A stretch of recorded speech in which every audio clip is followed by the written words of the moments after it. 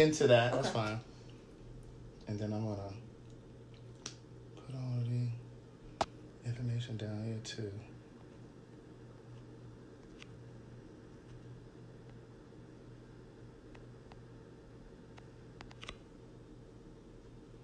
All right. We'll give them a second to get on in here. Please hit the share button when you come in. Please hit the share button. Yes, we're live now. They're coming in. This is Nikkei. Well, Aura Nikkei. Yes. I've known Nikkei for some years, so I know it's Nikkei. Right. But it's Aura Nikkei. Many of you saw the I'm Surviving R. Kelly docuseries. And so this is the co-founder of the Mute R. Kelly. So Nikkei is the co-founder of the Aura Nikkei. I'm so sorry. I just know you. Aura Nikkei is the co-founder of the Mute R. Kelly movement. Mm-hmm. You may have seen her on the Surviving R. Kelly docuseries that aired last week on Lifetime. And so I have so many questions. Please hit the share button. I want you guys to type your questions in here too if you have any questions. And we're going to just get this conversation started right away. So the first thing that I wanted to know, when did the Mute R. Kelly movement start? Okay. Because about a year or so ago, I've been doing these lives now for about a year. Okay. And I remember about a year ago, I was saying to my people, because I had seen the hashtag Mute R. Kelly, but I didn't know that it was you behind it. And so I had seen it, and so I was encouraging all of my followers to stop supporting his music, to stop playing it, that kind of thing. So many of them that have been following me for a while, they can definitely tell you that. So when did it actually start? It started in June 2017. So right when the accusations of what the media was calling the sex cults came out, I saw it that day on the news. I was actually sitting in my office on the computer. The TV was on. I heard that and I was like, what's R. Kelly doing? Like, I hadn't heard anything about R. Kelly in a long time. Right. You know, I mean, I probably stopped thinking about R. Kelly or hearing about him, you know, after the quote-unquote P tape, you know, where he was sexually degrading a 14-year-old. Right. I hadn't thought about it really since then. So I got on Google and just kind of, you know, started looking and realized that although I hadn't been hearing about it, almost every year, every other year, more people were coming out. More people were filing charges. More people were talking about the abuse. Mm-hmm. And the sexual abuse of the underage girls. And so these families were coming out kind of like screaming into the void, and nobody was paying attention. Mm-hmm. You know, nobody was supporting them. And I became incensed. I was just enraged. Mm-hmm. I was also really upset that he was here in Atlanta because we have a huge child sex trafficking problem. So it was like, I mean, it was a lot of forces converging on me at once. Like, wow, like, why are we not supporting these families? Mm-hmm. And how dare he bring that to Atlanta? Mm-hmm. I mean, I didn't know what to do. You know, I'm not an activist, you know. I was just pissed. Uh-huh. So I decided to start a petition to try to get him off of Atlanta radio. Very, very humble. So it just started as an online petition? As an online petition, okay. Yeah, to get him off of the radio. And how many signatures did you need for that to actually happen? Or you were just trying to get a significant? I was just trying to get a significant. I just put it on my Facebook to my friends. Uh-huh. You know, sent out an email to folks like, hey, y'all saw this, everybody signed. Okay. They started, you know, sending it out to people. It morphed as the co-founder, Tisha Barnes, came and said she really wanted to work with me. And we created, you know, kind of this organization and decided we were going to go past the radio play, but also try to get his concerts canceled, his streaming canceled, all of his, you know, sources of income. We were going to try to cut him off at the knees.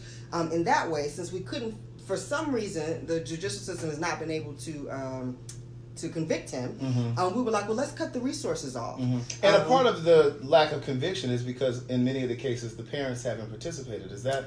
Well, that is the most famous case. Okay. So that is the case that of the 14-year-old that he was sexually degrading on tape. Correct. Right. So her and her parents did not participate, although many of her other family members did. Like Sparkle. And verified that it was her and she was 14. But because she was not there and the parents were not there, they decided they could not say that it was her. So why, and you may not know the answer to this, but why in that case wouldn't the state just go ahead and prosecute? Because say, for example, like if we were in a relationship and I battered you, and even if you said, I don't want to press charges, a lot of times the state will still press charges. Yes. So why didn't that happen? Or do you even know that? I'm not really sure of that, but I do know in that particular case, he drugged that out for I believe 6 years. He did delay it. Yeah. You know, so by the time it actually came to court, she was no longer a minor, and that might not have been a thing where they can do it on her behalf. Right. Which is another reason why it's important to not support his music. A lot of people say, well, what is it going to do if we don't support his music? Well, if he doesn't have income to delay trials and pay court costs and things like that, that's part of the reason.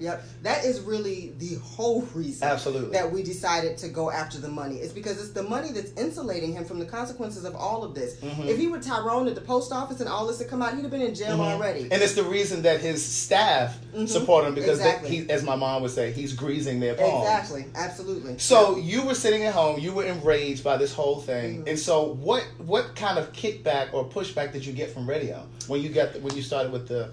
Well, at first I got complete silence, so nobody would return my phone calls, return my emails. And were you contacting like the program managers? Yes. Okay. Yep. Contacting the program managers, contacting the DJs, contacting anybody at a radio station I could get the owners, Radio 1. I mean, going as far up as I could get. No response whatsoever. As the news of it got out and I started to get on the news talking about it, then I started to get a response. And the response was, yes, we know what he's been up to. Yes, we believe that he does it and it's wrong. Yes, we know that when we play him, that money goes into his pockets. And we don't care. I mean, that was basically it in a nutshell. And I mean, not on some like flippant, like 10-minute conversations. I would be in conversations for 30 and 40 minutes, like going through all of my logical steps. Because for me, this is not an emotional thing. It's like logical. You know what I mean? Like we, as a black community, are failing these women and failing each other. And you guys on the radio, I remember Saul Williams, the artist, said years ago, radio programming is mind programming. Y'all are normalizing him and his behavior by playing him. And we could go through all the steps and it would be yes, yes, yes, yes. So will you stop playing him? No. So we were like, you know what, we're just going to we have to turn the tide of public opinion for radio to fall in line. So to that point that you just made, when you said about we're normalizing it through radio and the black community is supporting this and supporting his mistreatment of black girls and black women, what do you say to all of the people that say, well, they're white men that do it, and you know, what about this guy, and you know, we're not, R. Kelly isn't the first guy. What do you say to that? I say everybody you can name that you say has done this and is getting away with it, if it outrages you, you should start a campaign to stop them too. Absolutely. You know, so this idea that black men should get away with raping black women because white men get away with raping white women is ridiculous. You know, I often wonder, do we want to change the structures of oppression and racism, or do we just want better positioning within? Absolutely. You know, do black men want to be able to get away men? with do black men want to be able to get away with shit that white men have gotten away with? Because we saw this with Bill Cosby. Right. Well, what about Harvey Weinstein? What about this one? And what about that one? But it's like, this is the conversation that we're talking about here. And the point is that we should not err on the side of morality simply because there have been some white people that have been able to get away with it. Exactly. And it's usually just a deflection in that they don't want to deal with the conversation at hand, right? They don't want to give up R. Kelly. And I try as much as I can to be non-judgmental about that because I understand how attached we are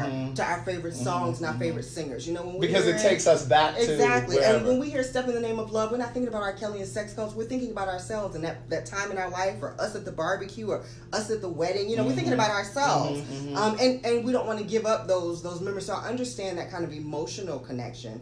But once you do the math and realize how much money you have been putting into his pockets, into the abuse of black women, you realize that we're all complicit. I think that's one of the great things that the documentary did, is it showed he's not doing this by himself. There's no way to do this on this scale for this long by yourself. He's doing it because we all have decided to look the other way, and there are people who will help, and there are people who will blame the girls, and I mean, so we have all decided that this is okay for him to get away with. We're all guilty in this. Even when we've seen, because I've seen some posts, and I've even posted one just to kind of trigger some thought. I saw a post the other day that said, remember back in high school when we were in the 10th grade, there was always that fast girl who had a drug dealer boyfriend or an older boyfriend who was coming to pick her up from the high school who was 30. So this has always been going on in the black community. The black community is full of R. Kellys. Right. Absolutely. Absolutely. And what our hope is, of course, it's important that we stop R. Kelly now. Like right as we speak, there are women who have not seen their families in 5, 3, 4 years. Yeah. You know, so it's important that we stop him now, but it's also important that we see him as a symbol for the larger problem in the African American community. Absolutely. You know, I read a statistic that 60% of black women are sexually assaulted before they're 18. So that just goes to show that this is a huge problem, and we don't even talk about the sexual assault of black boys. Right. You know what I mean? That's such a huge problem, but it's so hidden and is, you know, coded in all this masculinity stuff, and we don't want to talk about it or whatever. But sexual assault of minors is huge, and if we can come to grips with an R. Kelly, it makes it easier for us to come to grips what's happening in our community and talk about it. I tell people all the time, like, if you want to engage me in a conversation about R. Kelly, who you do not know, who is not your family, who don't know you from nobody, you know what I mean? This is not no connection y'all have. How are you ever going to be able to talk about what's going on in your home or in your church?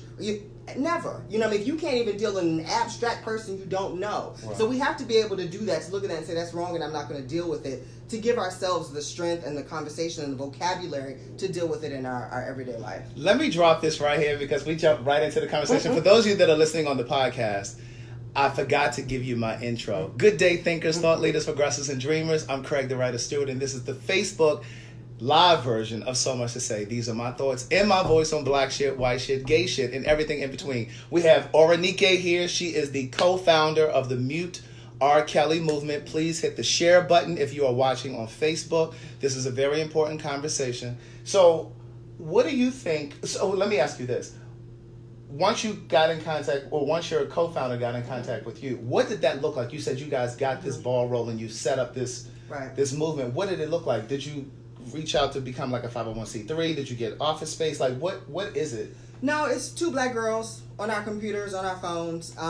We kind of divvied up responsibilities because she is an activist by trade. So she really focuses on the actions in each city and helping to mobilize. Like, once we put it out there, there was an avalanche of people who said, I've been boycotting R. Kelly for years. I've been saying to people they shouldn't be listening to him. I'm in Chicago, what can I do? I'm in Nashville, what can I do? I'm in Detroit, what can I do? Or he's coming to my city and I want to protest. So we started to mobilize those people. So kind of in the way the whole, kind of like Black Lives Matter. Exactly. So they would come to us and we would say, okay, here's the way we can support you. Here's what you need to do. Find us this info. We'll write press release. We'll give you talking points. We'll do media training. We'll send you flyers, brochures, you know, all that kind of stuff so that you can do this protest. And Kenyette has been able to travel to some of those cities to be with them to do it. But I mean, they've done wonderful work, you know, in the different cities. We were able to get his Chicago concert canceled, which I never thought would happen. Would happen. But you know, people really, I think,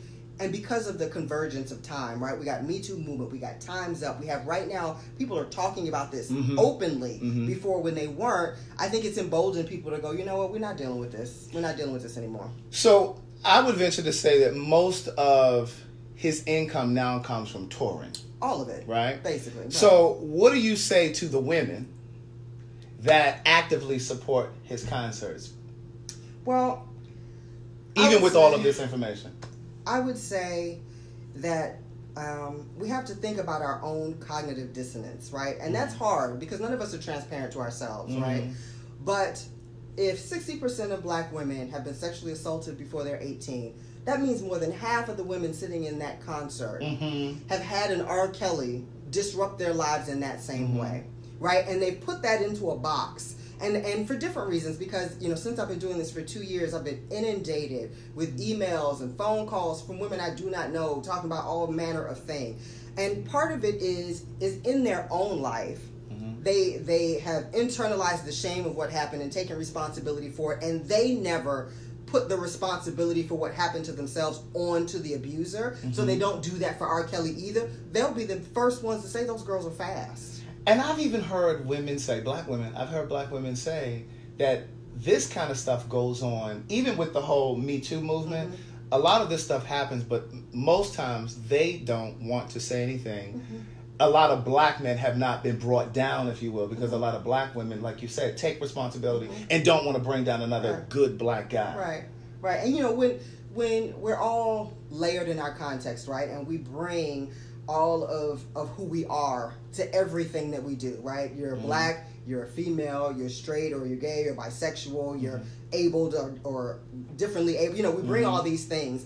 But black women tend to first put blackness as our number one, and then second, our femaleness, right? And so we are loyal to a fault to black men. But I've had to say this to many women. R. Kelly ain't Medgar Evers. He ain't Malcolm X. He ain't Martin Luther King. He ain't started no schools. He ain't built no hospitals. He don't have no scholarship fund. You know what I mean? Like, he is not somebody that we need to be rallying against. I think about this not as bringing a black man down, but as our internal house cleaning. Black people are always saying we need to clean our own house and we don't need to, you know, have the police involved in this and the other. Well, we're not cleaning our house. Right. Our house is a mess. But you know, one of the things that we do, and one of the things that I have felt for so long is that oftentimes we don't like.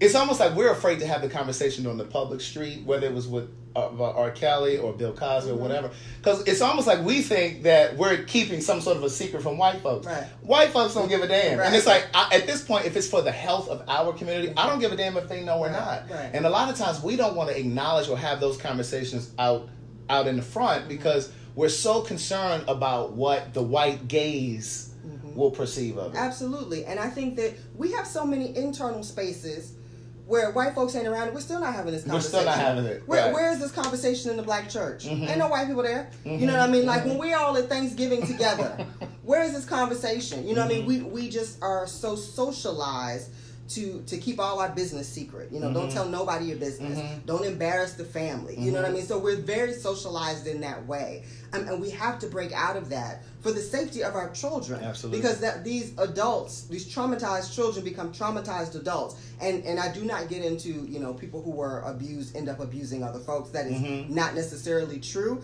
But it does mean our capacity for vulnerability, for love, for our ability to create happy, whole, healthy families is compromised. Because we have learned bad behavior and pathology from young. You know, so, and we cannot help but to pass it on if we don't actively try to disrupt that cycle. And so dealing with R. Kelly is one thing, but dealing with it in our homes is another, and we've got to do both. So what was one of the first milestones that you reached when you had this petition? I know you said you were reaching out to radio stations. Did you ever get a radio station and say, okay, you know what, we're going to stop? I know Tom Joyner famously, was he the first? He was the first. To stop playing R. Kelly? He was the first. So there are radio stations, because I have a journalist friend who's been helping me for a long time, a music journalist, and he can pull all the play records from the radio stations. So like there are radio stations, who have stopped playing him. Now, they made no announcement and they did not respond, but they have not played him in months and months and months and months. So he clearly is pulled. But our first milestone was actually getting a concert canceled. And I think we were all in shock. It was kind of like... So how did you find out? How did you get word that it was canceled? It was on the news. You know, the news, and I honestly now, because we've gotten so many canceled, I can't remember what the first one was. But it wasn't Atlanta. Atlanta went as scheduled, and the next one we were able to get canceled, and we were like, oh, okay, we can we can actually do this. I mean, not just be harassing people to no end. Like, we can actually make a difference and get these concerts canceled. So that was a big milestone. Another personal milestone for me was having R. Kelly address the Mute R. Kelly movement in that I Admit song, and in a Instagram video he did it, because beforehand he kept going, I don't know why they're canceling my shows. Right. I've never heard of such a thing. I have no idea why. You know, he was doing that. And we sitting on the other side like, you know why. So when he actually had to say, y'all can't mute me, we were both like, Right. Like, like it's starting to penetrate. It's getting to him. And then having his lawyer quit and his publicist I just read that yesterday. His lawyer, his publicist. Publicist, a PR person quit, an assistant have quit. You know, so you start to see the trickle effect. When you start taking the money away, and people start seeing this is a sinking ship. Everybody wants to jump off. So it's like, okay, that's the point. We want to take this wall down brick by brick. So it's working. So speaking of muting him, and I know the bigger picture is to get him off of streaming services, and that has happened. Has he been completely pulled? No. He hasn't been completely pulled. So Spotify did pull him, and then got overwhelming response from the public that he wasn't convicted of anything, right? Like, y'all, if y'all gonna take him off, y'all gotta take off everybody who's problematic. Blah, blah, blah, blah. And see, this is my point. I remember what you were gonna say there, but this is my point. This is where I love us. I love my people. I ride hard for us. Those of you that have been watching, I ride hard for us.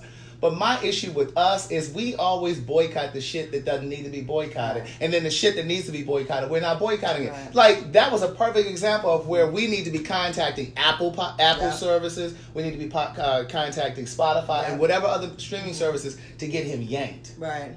And I would even venture to try to get his social networks, like Instagram, shut him down. Right. Shut him down on Twitter. Like, get all of that stuff shut down. Right. And so part of the conversation we've been having also is a lot of these services, venues, or whatever have no morality clauses at all. Mm-hmm. When we first tried to get his concert canceled here in Atlanta, it was on the basis that it was at Wolf Creek Amphitheater, which is a Fulton County facility, which is run by my tax dollars, right? And I don't want my tax dollars going to someone we all saw sexually degrade a 14-year-old on tape. Right. But there's no morality clause in any of the things that they sign, so they have no legal recourse to say we're canceling you because we don't like you. You know what I mean? So as Spotify and all these things are the same. So part of our conversation with them is getting these morality clauses in place. Right. People want to talk about censorship. It's not about censorship. He can sing about whatever he wants to sing about. I don't care. He can get naked on stage. He can dance all over. All the stuff he's been doing. But he's committing crimes. Like, that's another thing. And so we should be able to cancel him based on his criminal behavior. And you and I have a friend in common who we actually met through years ago. It's probably been 20 years since we met. But he and I, we had lunch together the other day, and he's a city councilman now over there, and he said he's going to make it his business that R. Kelly will never perform at that venue again. He actually talked to me about it again the other day when we met. So in terms of all of this conversation that's been happening across social media about R. Kelly and who's really at blame, I personally believe that he is 100% responsible because he is the adult and he should know. But there are also people that say, well, some of the girls are fast. We have to, look at that. And then the parent. Some people say it's the parent. Do you think there's a line between victim and participant? That's a tricky one. So one, I categorically, denounce the idea of fast, right? So everybody comes into their sexuality at different times. I've worked in daycares and college, and you see there's some little 3-year-olds who want to kiss on everybody and hug on everybody and touch themselves, right? All of that is natural. And at 13, 14, 15, that is when your body kicks into, now it's time to make a baby, right? So your biology is leading you towards sex. We as a evolved society have said we want to give people time before they make life-altering decisions because we recognize that when your brain is not fully formed at 16, 15, you have no idea how to calculate the future consequences for the decisions that you're making today.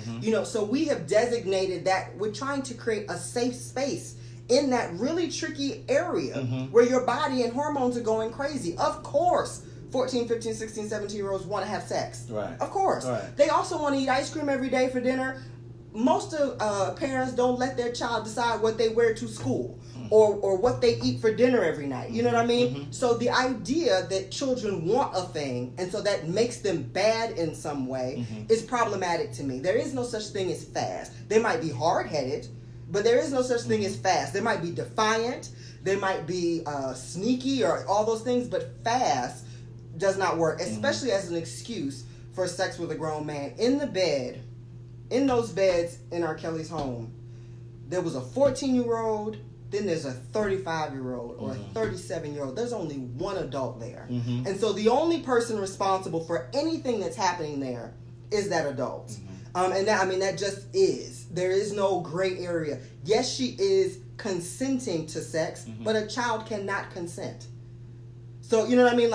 We always think of, I think part of our problem in the black community is we have a very narrow view of what rape is and what consent is. And so it is rape to have sex with someone who is under 18 because they cannot legally consent, and they cannot legally consent because we as adults know they don't know what they're doing. They don't understand the gravitas of the decisions that they're trying to make. Mm-hmm. So we set that up to try to protect them. So this idea that, you know, they fast and so they're participating in their own oppression, mm-hmm. I can't deal with that. Mm-hmm. You know, I know a lot of people always are telling to me, what about the parents? What about the parents? What about the parents? Firstly, all of the idea that parents sold their children to R. Kelly for record deals, mm-hmm. or that he was paying them off the whole time he was having sex with them, that comes from the black community. That is not something that R. Kelly has said happened. Mm-hmm. We created those excuses mm-hmm. out of complete thin air. Mm-hmm. You know what I mean? So that is something for us to think about. Like, a lot of the things I hear, I said, where did you hear that from? R. Kelly has never said that. You know, he did not say, like, later on, like, very recently, he said, something about the parents and this, that, and the other, blah, blah. But for years, the black community has been saying that about the parents just out of sheer misogyny, just mm-hmm. out of complete made-up support of this man. That is not the case in the vast majority of these cases. What we see is families finding out what's happened, and I'll double back. Families finding out what's happened, immediately taking R. Kelly to court, mm-hmm. and his lawyer going, "You can't win that, settle." Right. And them having to make a decision. People get very sanctimonious about the decision that parents make. But mm-hmm. let's think about Monica Lewinsky, mm-hmm. right? She committed a sexual indiscretion when she was 21. And now Monica Lewinsky could cure cancer. She could cure AIDS. She could solve world hunger. All we will ever talk about yes. is that she sucked off the president, right. ever. And who wants that for their 14-year-old, their 15-year-old, their 16-year-old? And so a lot of times these parents settle because they just don't want the shame following right. their kids. So we want them to make a decision that's in all of our best interests, right? We mm-hmm. want them to go to court. We want them to be on the courtroom steps with the details and all that stuff. But they have to make a decision that's in the best interest of their baby. Mm-hmm. And that is preserving that child's anonymity so that they can move past this in their life. And that's a hard decision, I'm sure, for many of them to make. Also, if that child has been with R. Kelly any period of time, they need counseling. R. Kelly's picking up girls on the south side of Chicago at the McDonald's, at the high school. Mm-hmm. These are not famous, rich parents with a crap ton of means who, you know, can pay for child's therapy and they can pay for lawyers or whatever. So this money is their ability to try to heal and take care of their child after this trauma has happened. New life, yeah. Right. And so we judge them for that, but most people right now, all these people watching, you know, Facebook Live, mm-hmm. will not get on their social media and say how much money they make, mm-hmm. right? Nobody will say that, how much money I make. But you want a 14-year-old to get up on the every network in America and tell you all of the degrading, sexual, and humiliating things that happened to her, and then have that follow her for the rest of her life, but you won't tell me what your paycheck looks like. Right. You know what I mean? Right. So it's just kind of like, I think people are judging these decisions that, you know, Monday night quarterbacking, what are very difficult decisions for these parents to make. You know, people also say, well, you know, they introduced their daughter to R. Kelly. Well, that's another example of black people talking out two sides of their mouth. Mm-hmm. Because you have a large contingent of black people who say he was acquitted and he's innocent. Mm-hmm. Well, if he's innocent, what's wrong with introducing your child to him? Mm-hmm. You know what I mean? I have no problem if, I don't know, if Don Cheadle showed up, I would introduce my 15-year-old goddaughter to him. I don't think there's anything wrong with that. Like, so if you think he's innocent, then they were making a decision that they felt was like in the best interest of furthering their child's career, mm-hmm. because they thought he was innocent. So you can't say, why would you do it? Well, see, with and I can't remember, the daughter's name was Avriel. I can't remember. Azriel. Azriel. Uh-huh. I have an Avriel that watches mm-hmm. me. Azriel. And I know they were from like Baltimore, but they live in like Florida. Mm-hmm. For me, what was difficult for me to wrap my brain around with them was that they took her to an R. Kelly concert with them. That was what was hard for me, because for me, I just felt like, because she was about 15 or 16, because I remember she was driving age, right. And then they let her go on the stage. Mm-hmm. And we've all kind of heard stories of what happens when they go on stage. So I can't imagine being a father and allowing my daughter to come to an R. Kelly mm-hmm. concert with me, but then to allow my daughter to go on stage with a grown-ass man. Right. And then they said something about she got his phone number or something because they started texting, and then she drove to the hotel. They didn't know she was going. So for me, it felt like they knew, they had suspicions of him because they kept enforcing to her, reinforcing, do not go meet him without us. So it was like they knew something. So for me, that was what I struggled with. What I applaud is it was so amazing and so brave of the young girl who said she contracted herpes. And I'd be willing to bet she wasn't the only one, but she was the one that was bravest to get on there and sit on there and talk about that. And that was one of the things that I saw when I watched it, just how much courage it took. Not even her, but not just her, but the other girl, and I can't remember her name. I want to say her name. She was the girl who she was flying back and forth. She was sitting in like a light pale blue jacket. And she said I think she's married now. I'm trying to remember one of her details, but she was on the show and she talked about how she knew that the young girl, she found out later that the young girl that they were having sex with was 13. Yes. She was so courageous to me. I mean, she was so forthcoming. I mean, they all were very forthcoming, but I just imagine, I thought about all of the crew that was there filming. And then you're sitting in front of a camera and you're telling all of this. The entire world. Yes. I just thought how courageous that was. And you can't get that many people to be able to do that, to go back to your point. Absolutely. And the Clarys, I'm sure, get the majority of kind of the judgment, because they did take their daughters to the concert and this, that, and the other. But what isn't on there is that they were having, I think, some issues with their daughter already. Okay. And so part of it sounded to me, because I was in another interview with the father, is that we took her with us because she could not leave our side. Like, we had to. So they were very much trying to be, I think, controlling and diligent parents. So it was the husband's birthday, but we had to take her. We could not leave her at home. So there were already things happening with her that then R. Kelly kind of threw a monkey wrench into. If you look up, there's I think a video on YouTube of her singing. She's a wonderful singer, and so they were trying to balance the things. Part of what they say in the video is that, she came and she threw a fit and this, that, and the other. They've already got things going on with this daughter that then R. Kelly comes and steps into, and so they're trying to manage this. And they were very, one thing that is amazing to me about them is they have 6 kids. So they are taking off work, and there was a point where someone is always with her. Mama's with her, daddy's with her, brother's with her, sister's with her. Like, they're always trying to be diligent. So they're trying to help her in the way that they know how to help for her career. They're in the middle of Florida somewhere. Where are they ever going to meet? Another famous person that might be able to help their daughter. And we cannot say that R. Kelly has not helped some careers. He's helped many people's careers, right? So they're trying to manage these things. All of these things are so layered. I just feel like we want to judge people's decisions when we weren't there in the day-to-day. We don't know the context. What we do know is that R. Kelly has made this his business for 25 straight years. And just like parents are figuring it out on the go, right? I mean, children are your biggest work of art. They're also your biggest challenge. You're trying to figure it out as you go along. R. Kelly has gotten up every day for the past 25 years and perfected how to be a predator. What it is I need to say, how it is I need to act, and how he evolved too. Right, how I isolate you from your parents. Absolutely. He has figured this out now. And then started to go after girls. Yeah, and then started going after girls that were closer to 18. Exactly. Right. How do I do this legally? Because I think the legal age of consent, I think in Chicago or someplace is 17. So we get him at 17. Right. You know what I mean? So he has evolved his practice, and parents were trying to figure it out. People go, where were the parents all the time? Where were the parents? But where were your parents when you were skipping school? Where was your parents when you had sex for the first time? Did they know where you were and what you were doing? You know what I mean? Like, this idea that, it wouldn't happen to my child. Everybody does that. My mother always loves to tell the story about coming up to summer camp or to school and somebody being like, are you Enrique's mother? And she's beaming with pride, like, yes, because she knows I'm a great student, I'm smart. And they'd be like, well, she did so-and-so. And her being shocked. Like, there's no way my child did those things, right? We all think, of course, my child would never. And that's part of it. A lot of the parents who might have introduced their child to R. Kelly thought, I have raised her better.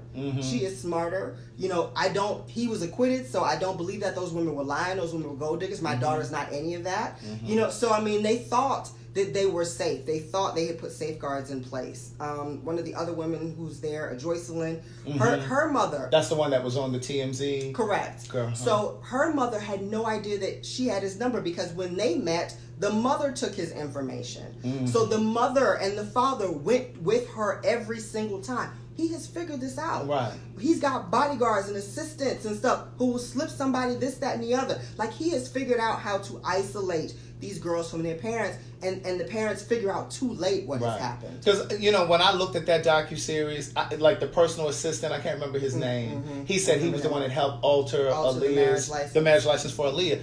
I believe he needs to be in jail. Like, he was there to help corroborate a lot of this stuff. Right. And it's like, how do we go about trying to bring forth charges against somebody like him who really actively participated in that whole thing? You know, and I think that the dominoes kind of fall from the top down, right? So if R. Kelly when R. Kelly is brought to justice, I'm sure part of his deal is going to be to try to get as less time as possible and maybe start flipping on these folks. Who knows? You know what I mean? I don't know if we'll ever be able to convict all the people that helped this happen. I hope that we will, because I mean it just takes such a network of amoral people. When they talked about in the docuseries, one of the girls had escaped from the house. I think it was Azrael who had escaped from the house, and the bodyguards went and brought her back. R. Kelly didn't go out in the street and grab her. Like, I don't know what kind of morals you would have to do that. So I mean, I hope they all go down, but the person we know for sure should go down is R. Kelly. So when you look at the whole series, the 3 days, what did you think? Did you think that it was, what are the things that you think were missing that they could have been better about, or did you really look at it and think this is a really good holistic look at?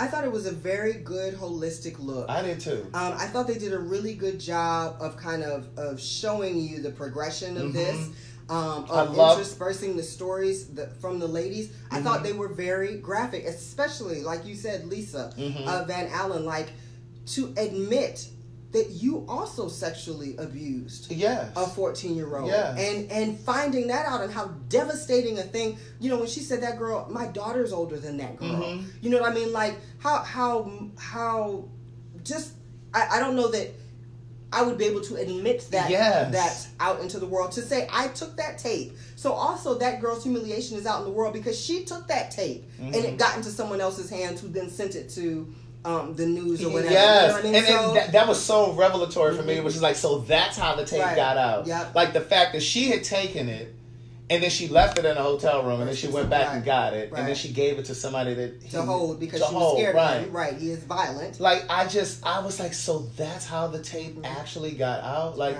that was fascinating to me. But what I thought was also brilliant about the docuseries was how they had the therapist, the different ones, to kind of talk about behavior of a sex offender, and even of victims. Like, I thought that was absolutely brilliant. Because we underestimate how abuse rewires your brain.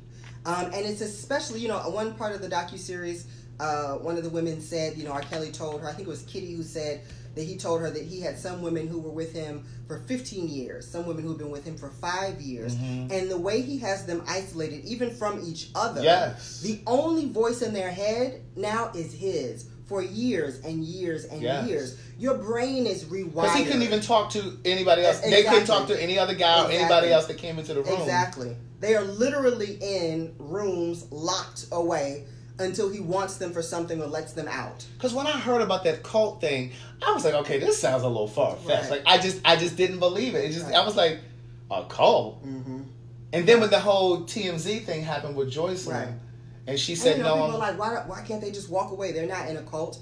Cults are about brain. It's about brain, because cults are not necessarily about physical intimidation, captivity. People go to cults and then voluntarily stay because their brain has been rewired. We have to think about Jonestown. Hundreds of people drank a drink they knew that was going to kill them and their children. That man had changed their way of thinking. And that's what R. Kelly has done. So people, you know, I've been inundated with emails. We should, if we know they're in the studio, why don't we just all run up to the studio and get those girls out?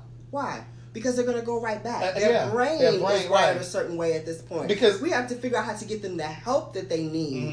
It really, like they say, it takes 7 times for a woman to actually leave an abuser, right? So this is a process. This is not going to be kind of an overnight. This is somebody hitting rock bottom and then saying, I need help. Right. And you see that the younger ones tend to stay with him longer, like Kitty, who was in her 30s. Dominique, and I'm blanking on Asante, who was in her 30s when they met. They did not stay as long because he had met them, when they had already had a different kind of identity. And they had a different more. And they had a different self-identity, right? So they were able to see quicker that this is not, what I'm able to do. He's targeting 14, 15, 16, 17-year-olds because that's right at the point when you're forming your identity. That's right at the point when you're starting to date and you're figuring out what's normal, what I like, what I don't like, who I am. I can remember the pressure from older people to be adult. Like, oh, we all over here smoking. Well, you don't smoke? Oh, I thought you was grown. You know what I mean? You feel kind of like, and for me, it was sex. For me, it was sex. Coming into the gay community, I had older guys saying, oh, Craig, you could be fucking out of both legs of your underwear. Right. Like, why aren't you? And these were people that were living with HIV. And I'm like, you would think that you would encourage me to do something different. Than what you were doing. You know what I mean? So it is about all of that. And so that's why he's targeting young girls. It's that I can get them right at that moment where they think, and I can decide who they become for them. Because even to your point about the whole captivity thing, they weren't being held captive because and correct me if I'm wrong, all of them, the ones that left, they just said, oh, I just left one day. They left. Like Kitty, she said she got to the airport, she cried, said she was going to call him because she was going to go back to the house because she was so haunted by what she thought people were going to say. Her friends and family members were going to say, well, what happened? And she felt stupid. And she called him and she said, if he picks up this phone, I'm going back to the house. And the only reason she didn't go back was because he didn't answer the phone. But to your point, Asante, the other one, she said, I just left. I had enough and I left. So it's not like he kept them in captivity. But there also is some of that. Yeah. Because there also is some of them being locked in rooms for days on end. And not even being able to eat for 3 days. Exactly. So it's mind games. That is what people who are predators do. It's mind games, right? I can remember there's a meme going around about something like an elephant. Like you can tie him to a tree or whatever, but if you kind of beat the will out of him, you can just tie him to a water bottle. Yeah, he doesn't know that. He's not going to move because he thinks he can't go anywhere, and that's basically what R. Kelly has done to these women. So even when they're not with him, their mind is enslaved. You know what I mean? In kind of what he's molded them to be. And people are so judgmental about this. If you have not been through this, then I really feel like you don't have any right to talk about the decisions that these people are making. You know what I mean? Like, I have not been, thank God, in any of that kind of relationship. So to me, it's like, oh, I would just leave, or I would blah, blah, blah, or whatever. But I also didn't have anybody from the time I was 14 completely sweep me off my feet, make me feel like this is the most important relationship in the world, isolate me from all of my loved ones, and control every aspect of my life. And who knows who I would be if that had happened, and what decisions I would make. Clearly, they're not thinking in their right minds. That's why we have failed them as a community, because we should have been the safety net for these girls, and we were not. So this docuseries has really made me think. I have nieces, and it really has made me think about what is it that we, the adults in their lives, and the adults that are in the lives of the children, like young girls, and even young boys, because like we said, what is it that we need to give our girls? Like, because like I tweeted about this the other day, this docuseries. I absolutely think that that docuseries, it needs to be shown and taught in elementary or middle schools. But then you'd have the argument with parents who say, oh, that's too early for them to know about sex. It's a little much. But I just think that, but if he's going after girls that are 12 and 13, I mean, shit, they got to be in middle school when they show it. Right. Well, part of the answer for both boys and girls is teaching our young people about their body ownership and autonomy from very young. So during the holiday season, for example, the Girl Scouts released an article that said, stop making little girls go hug family members. Yes. Right? So this idea, and this is, the black community is notorious for this. Go hug grandma, go give so-and-so a kiss. Uncle such and such. Go over there and do whatever, right? And kids will be kind of, and you be like, don't be like that. And go on over there and kiss them. But what you're teaching them is, one, their body is not their own. They can't say no. They cannot say no to an adult. Yes. Right? And that if they do, and you're telling them that this is correct behavior and them not doing it is wrong behavior. So if something happens, they're not going to tell you. Because you told them that it was wrong behavior. Yes. You know what I mean? And if somebody preys on them, an adult, they're not going to have the power to say no. Exactly. And part of what happens, which is always so heartbreaking to me, is these things happen. Most children don't say anything at all to their parents. If their parents had known, most parents are super diligent. They would have been all over it. They would have been over the perpetrator. They would have been, on you with therapy or whatever it was you needed. Most parents never know because little things have ingrained in them from young that they can't say anything. When I feel like a lot of people talking about R. Kelly, in their homes, and they're going, them girls is fast, and say your children are listening to that. Absolutely. Right? So then if something happens to them in college or whatever, do you think they're going to come home and tell you because they think you're going to go, why was you at that party? Right. And what did you wear? And how many drinks did you have? And why did you leave with him? And all you're going to interrogate them. You're not going to support them. Exactly. I posted something today that said, it was something that I saw and I reposted it. And it said, for those of you that are still making excuses for R. Kelly and supporting him, your children, that's the reason that your children are going to come to you when their uncle or your boyfriend or whomever is touching them. Right. And so we need to listen to kids. I am all for, yes, your children have to greet adults, when they come into a room. But that is not kissing. That is not touching. I know, when I was young, you get in an argument, your mom would say, come give me a hug. And you'd be like mad or whatever. She wouldn't force me. She wouldn't grab me and be like, hug me, child. Right. We will get back to, but you need to be teaching them, that they need to take some ownership of, no, I don't like that. I don't like the way that feels. I don't want to do that right now. From the time that they're young. And you need to be open in your communication with them, not necessarily about the explicities of sex, but about intimate touch, and who is I have a girlfriend, they're doing such a wonderful job with their son, but they're very open about bodies. He might see his mother naked or his father naked or whatever, and he might go to, touch your booty, like, no, this is my body, and that's your body, so it's very much about, this is ownership. Nobody gets to touch you in any kind of way you don't want, and you don't get to touch me. Right. And she, kids who climb all over you and stuff, and she has been very much like, no, I don't feel like being touched right now. Right. So they have that vocabulary that going already. Yeah. And that's so important for our kids if we want them to talk to us about the things that happen. Right. And one of the conversations that I think we need to have more with children, this is just a society thing, period. We need to start having the conversation sooner with our children about sex too. But oftentimes parents don't introduce the conversation because they feel like if I start talking about it, then in some way I'm giving you permission or telling you to go and start having sex. Right. And that's not the case. You're really empowering them and giving them tools. About, we isolate sex from the talk of biology and your body altogether, right? So we're not talking about sex. We're not talking about boys having nocturnal emissions. We're not talking about girls starting their period. We put all these things in these little boxes. One of the things that my mother did when we were really young is we always had books about our bodies and how they work. Always. So it was not an explicit discussion about sex, but I know a boy's penis and how it works, and I know my vagina and how it works, and I know how reproduction works, and it's just the natural part of our body. One of my favorite memories from childhood is I have two sisters, and we were all in my mother's room, and she came out the shower and she was naked, and we all started giggling. We're little, we all was like, breasts and all that kind of stuff, and she made us all get naked and stand in front of the mirror until we stopped giggling. Right. And her thing was like, look, everybody saying stuff. Right. Like there's nothing taboo about body. It's not shameful. It's not funny. This is what we all got. This is how it works. So it was a very kind of gradual conversation. Then as things are changing, as you're getting hair places or whatever, this is just a continuation about your body and how it works. So it doesn't have to be like, let's have a heavy conversation. Right. But if you're talking to them constantly about their development, then it's a natural part as they get older. And and when I was young, I remember my mom was like, come on in here, like she'd be in the tub or something. And I was young. And she said, come on in here, like I'd come in there to either use the bathroom or come in there to say, like she couldn't hear me. I was asking her, so she come in so I can hear you. And I remember my father pulled me to the side. I don't remember how old I was. He said, okay, you're getting too old for that now. You stop going to the bathroom. You know what I mean? So we had those kinds of conversations. So it's just important to start doing that. It's like when I started, growing breasts or whatever, I can remember my father would always walk into our rooms we weren't allowed to close doors in the house, but we lived on different levels. But, you know, he would walk into our room all the time, and one time he walked in while I was changing. You know, and he said something, and he, like, left really quick and closed the door behind him, which I was like, close the door.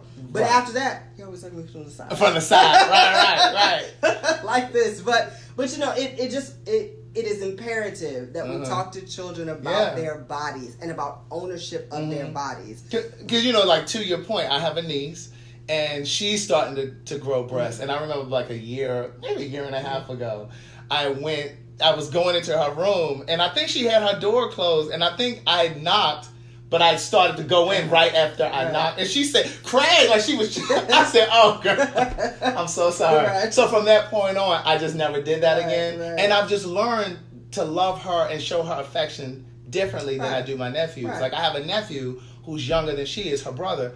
And he's very affectionate, but she doesn't want love from me in that way. Like, I have to hug her when she comes for the hug. Like, I can't, you know what I mean? So it's just about giving them what they need, what they crave. Absolutely. So in terms of the Mute R. Kelly movement, if you're just tuning in, this is Orenike. She is one of the co-founders of the Mute R. Kelly movement. You saw her on the Surviving R. Kelly docuseries. What's next for the movement? I know that you're going to continue to try to stop his live performances, but, like, is there another milestone that perhaps we can help you guys with? Well, he has an upcoming concert in Germany, so we're working right now to try to get that canceled. What's the date of that one? Do you know? April 19th. Okay, so it's in April. Okay. Yep. So, and what he's done now is they have stopped advertising a lot of his concerts until, like, the very last minute. Exactly. And see, that's why I said it's important for us to get to that social media. There's a way that we can shut down, like, a Facebook page or his Instagram page, because he can use that to promote it, especially if he has millions of followers. Yeah, but he's not doing anything on any of those that violate their code of ethics, you know. So, and I don't know. So they're not going to cut it down, right? So, so people are diligent. You know, we get emails immediately if somebody sees something pop up in their city, they hit us. If people go to muterkelly.org, they can sign up on our mailing list. Okay. And whenever we have a protest or a call to action, something that we need the community to do, we send it out. Okay. So for Germany, we just sent out the email and the social media accounts for all the promoters. Like, hit them up and tell them to cancel it. To the venue. You know, we're doing that. Calling for people who have servicemen or military family in Germany, because that's the largest group of people who would attend an R. Kelly concert in Germany are going to be the service people that are stationed over there. Yeah. If you got folks, call them and have this conversation with them about why they should not be share this video and this podcast. Absolutely. So they can absolutely get involved in that way. But for us, we definitely want to take this, hopefully when we can, have some kind of justice in this R. Kelly case. And for us, I always tell people we're trying to put him in the jailhouse or the poorhouse. Okay. Or both. Right. Or both. Hopefully both. Right. But, once we can hopefully get that taken care of, we can really start expanding this conversation to talk about the Black community. I had no idea the level of sexual abuse of young men and women in the Black community before starting this. And then I was just inundated and depressed and really, really sad for the community that there's so many people. You have no idea. People I've worked with, I've gone to school with, so many people sent me messages that they were sexually abused as children. So many people sent me long emails with very descriptive, passages about what happened to them and how that's affected them. And we are failing our young people when we don't do anything about this. And we are failing our young people when we continue to play R. Kelly and normalize this kind of behavior. We're just failing them. There's nothing innocent about playing him in your household or listening to him on the radio or going to his concert. You are supporting violence. And that violence might come right back around and bite you and your family in the butt. You know what I mean? Like, so we have to say we're not tolerating this in any facet of our life because we are failing our community and we're failing our children on a daily basis and in massive numbers. That's muterkelly.org.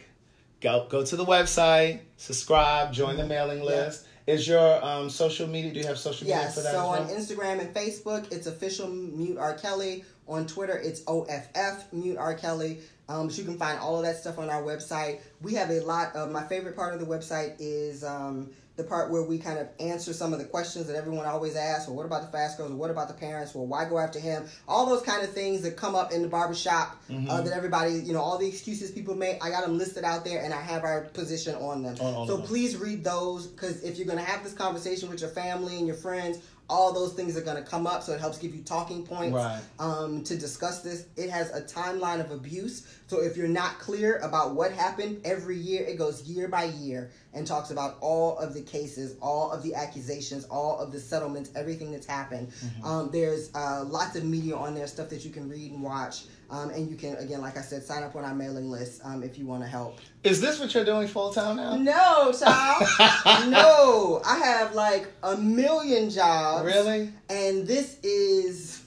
this has taken on a life of its own. So I'm busy. And no, and I don't want this to be... Your full time. You know, I told a friend of mine, like, this is not my calling. And he was like, you know, sometimes your calling calls you. Absolutely. Listen, you know what I mean? Like, I was like, this is not the thing I'm trying to be known for in my life, but I just had to do something, and it has snowballed into something completely outside. I really thought and this is honest to goodness, I thought I'm going to do this petition, I'm going to send it to them, they're going to stop playing it. And that's going to be it, right? I mean, I know 2 days tops, and we'll be done with it. And here we are 2 years later.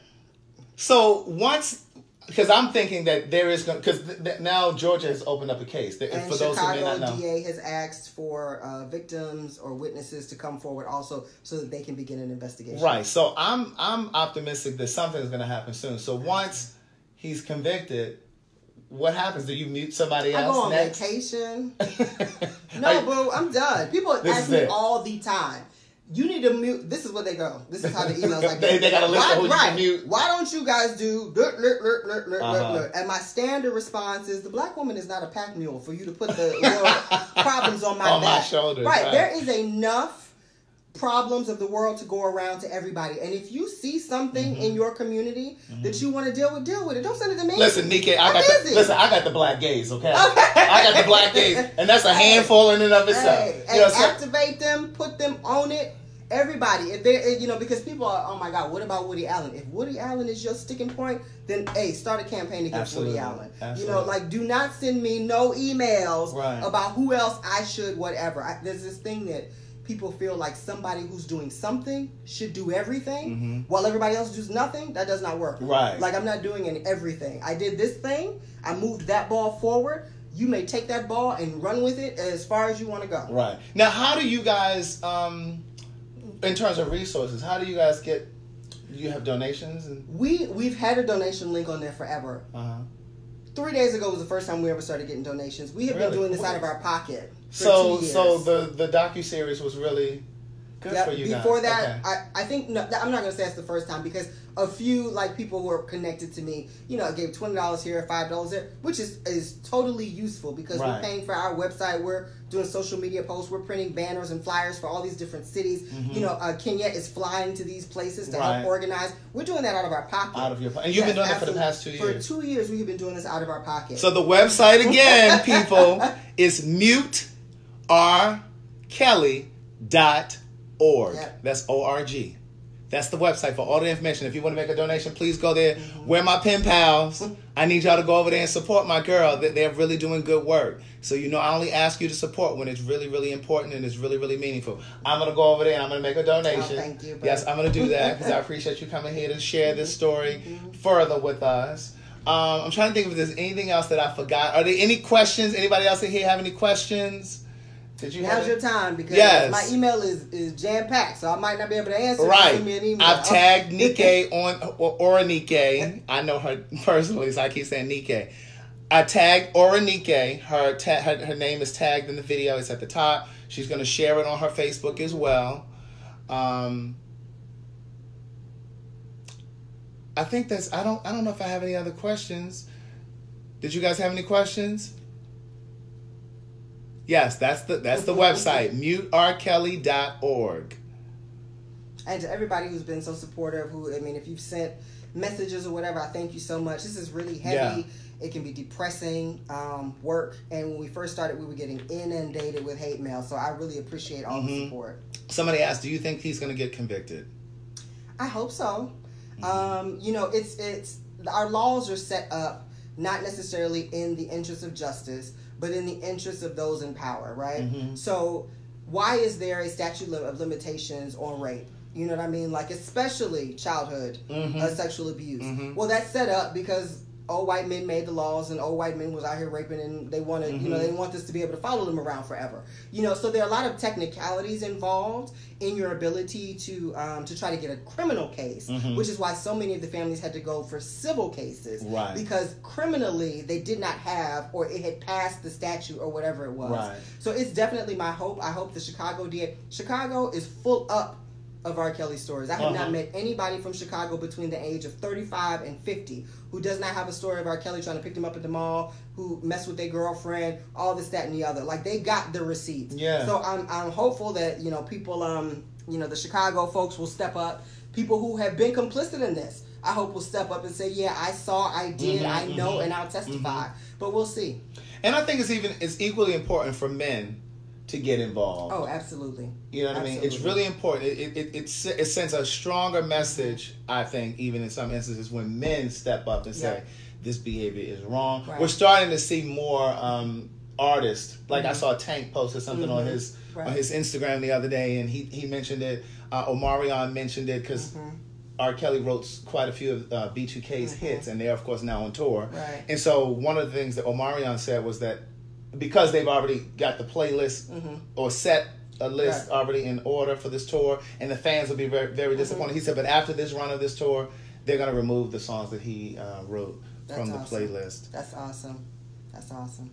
Yeah, black men definitely, like, you know, we talk about cleaning our own house. Black men need to start checking other black men on the predatory behavior that they see. You know, so often it's kind of like, people are like, oh man, that dude's wilding, but they're not gonna check him because I ain't no snitch and I ain't no hater. Right, you know what I mean? Right. But we have to think about community, folks. So we have to start checking folks on what we see them doing. And it's one thing for women to say, you a dog, you this, that, and the other. It's another thing for a black man to come to another black man like, yo, that's not all right. And we need to see more of that. I agree. Well, thank you guys for tuning in. Thank you guys for listening. Thank you guys for sharing this video. They're asking me to ask you about Andrea Kelly. She's posting this video. Now, I do believe that one of the videos where she's riding around singing Happy People, I think that's an old video. It is an old video. It's like 2 years ago. It's like 2 years ago. But then I saw a video today. Somebody sent me a video today where she was talking about his genius and you can't take that from him and da-da-da-da. So I'm sure that what they're asking, and part of what I was feeling is, okay, so are you going to mute him, or are you going to keep playing him? Which side are you on? You know, because she tells this story all of the time, and I don't doubt that any of it happened, but she tells the story, she's crying, and she's so passionate about it, but then on another, it feels like you're celebrating him. Right. Well, a few things. One, those videos are old, right? So up until a certain point, and she says this in the documentary, she was doing a lot of things in the interest of the well-being of her children. Of her children, yeah. Right? So, you know, she was not, I'm not shit-talking them in the news, I'm not, you know, doing all, because I have these three children to think about. And that's their father, right? We also know about the lasting psychological effects of abuse. Yeah. Right? So it is just now that she has found the strength to say out loud the things that happen. You know what I mean? So up until this point, she was in denial about being abused, and was felt a sense of shame about what happened, and was hiding all of this from the entire world. Part of hiding things is putting on masks. That's what people do. So she's putting on masks for the public about her life. You know, and now the mask is gone, and people want to judge her for having had a mask ever at all. In the first place. Right, and that's not fair. Yeah. You know what I mean? I was in an argument, because sometimes I got time. Sometimes I got time on Instagram. So I was in an argument with somebody a couple of days ago with that same thing. They sending me this, and they want to use that as an example how they're all lying because of this video, you know, of Andrea Kelly. And I am like, so many of y'all got family pictures all through the years with the people who abused you. Mm-hmm. You know what I mean? Like, you go, most of us are laughing to keep from crying about some aspect of our life every single day. I talked to a friend of mine the other day, and she said to me she was abused by her uncle, and she said, Craig, I see him every Thanksgiving. She said, I keep him at a distance. Right. She said, but I keep him at a distance. Right. You know what I'm saying? But right. I see him every and Thanksgiving. So if I were then to look through her family scrapbook and see pictures of her at Thanksgiving smiling next to him, who am I to say, oh, he didn't really abuse you? Right. She smiling next to him. You had dinner with him. Right. You know what I mean? Like, what a mother will do in the best interest of her children is often sacrifice herself, right? So she has been putting on this persona for the safety of her kids, because think about her children now, right?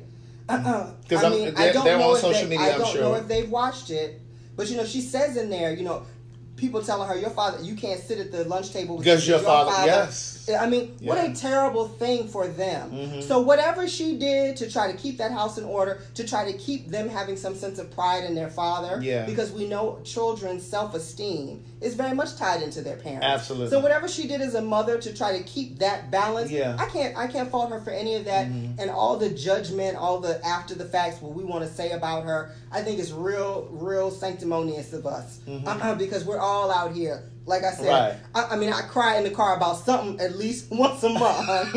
But every other day you go see me on Instagram smiling, and you're going to be like, oh, you weren't going through nothing, girl. You was at the club 2 days ago. That's not how life works. Right. So.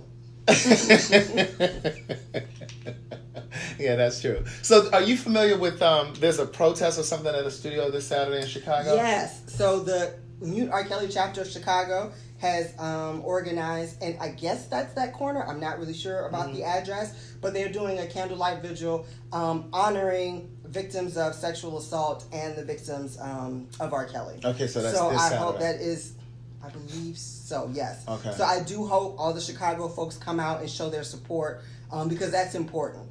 Part of how he's able to keep these women is by continually telling them nobody's thinking about them, nobody cares about you, nobody loves you but me. And so even if they're inside and they can hear that support and that love, that helps put cracks in that armor. So that's important. So I hope that it's a great turnout for that in Chicago. Okay, so that's this Saturday in Chicago. If you're listening to the podcast, it's going to drop immediately, so this is timely. So if you're listening to it, it's this coming Saturday in Chicago. And then, of course, we have the concert in Germany in April that we're going to go over to muterkelly.org. So you can participate in that. You can make a little donation to the organization to continue to help them with what they're doing, to continue to fuel their efforts. Right. All right? So I think that's it. I think we've answered all of the questions. If you need to go back to the beginning of this video, you can. Thank you so very much for tuning in. Thank you for those of you that shared this video. I appreciate it. And thank you for those of you that are over here on the So Much to Say podcast. We're available for free in Apple Podcasts, SoundCloud, Spotify, Google Play, Stitcher, TuneIn, YouTube, wherever you listen to a podcast. We are there, baby. All right? Thank you so very much for all that you do to support what I do. And please support muterkelly.org. All right? Bye. Okay, so I said bye to them over here. But you guys are still here. But anyway, you guys have a great night. Let me see. What did she say? Mick said, did you hear about the investigation on R. Kelly? In Georgia? The investigation? Yeah. We just talked about that. There's they've opened an investigation here in Atlanta. So fingers crossed, pray on it, folks. Pray on it. Chicago. Yes. Pray on it. But yeah, I know I did say 9:30 because Nikkei texted me and said, listen, can we push to 9:30? And I said, yes. Double booked, so right. But then she got here earlier. So I just went on and popped on. But see, that's why you have your notifications on, niece. That's why you have your notifications on. But you can always go back to the beginning of the video. All right. We had some really good conversation. Of course, I have 3 books. The first book is Words Never Spoken, a memoir. The second is One Thing for Certain, Two Things for Sure, a memoir continued. And then the third book is So Much to Say, a book of quotes. All right. They're available on all platforms. Busy. Yes. All right. They're available on Audible. You can download them to your device, Kindle, Nook, iPad, whatever you have, Google Play. And they're also available through Amazon. All right. Be safe. Keep loving yourself. Bye.